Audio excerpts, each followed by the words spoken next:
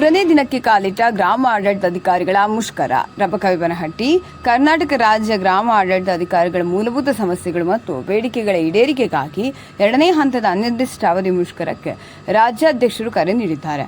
ಅವರ ಆದೇಶದಂತೆ ನಾವು ರಬಕವಿಬನಹಟ್ಟಿ ತಾಲೂಕಿನ ಎಲ್ಲ ಗ್ರಾಮ ಆಡಳಿತಾಧಿಕಾರಿಗಳು ಬೆಂಬಲ ನೀಡಿ ಇಡೀ ರಾಜ್ಯ ವ್ಯಾಪ್ತಿ ಅನಿರ್ದಿಷ್ಟಾವಧಿ ಎಲ್ಲಾ ಕೆಲಸಗಳನ್ನು ಸ್ಥಗಿತಗೊಳಿಸಿ ಮುಷ್ಕರ ನಡೆಸಲು ತೀರ್ಮಾನಿಸಲಾಗಿರುತ್ತದೆ ಎಂದರು.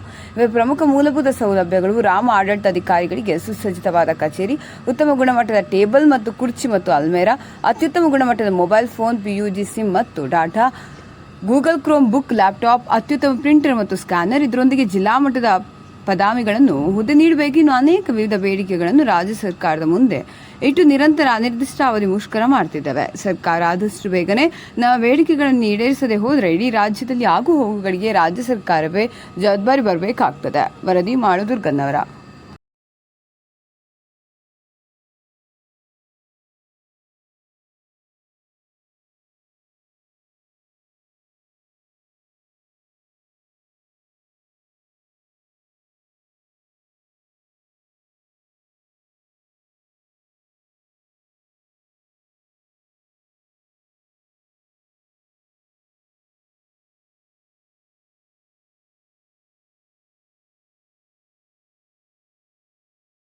ಸರ್, ಎರಡು ಹಂತದ ಅನಿರ್ದಿಷ್ಟಾವಧಿ ಮುಷ್ಕರ ಬಗ್ಗೆ ಏನು ಹೇಳ್ತೀರಿ?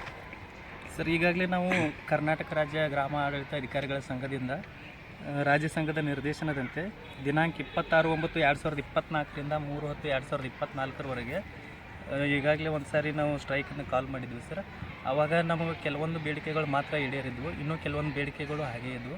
ಆದ್ದರಿಂದ ಈಗ ರಾಜ್ಯ ಸಂಘದ ನಿರ್ದೇಶನದಂತೆ ಎರಡನೇ ಹಂತದ ಮುಷ್ಕರ ಕೈಗೊಂಡಿದ್ವಿ ಸರ್. ಅದರಲ್ಲಿ ಪ್ರಮುಖ ಬೇಡಿಕೆಗಳು ಯಾವ್ಯಾವ ಅಂತ ಹೇಳ್ತಾರೆ? ಪ್ರಮುಖ ಬೇಡಿಕೆ ಅಂದರೆ ಸರ್, ನಮಗೆ ಮೂಲಭೂತ ಸೌಕರ್ಯಗಳನ್ನು ಒದಗಿಸ್ಕೊಡ್ಬೇಕು ಸರ್.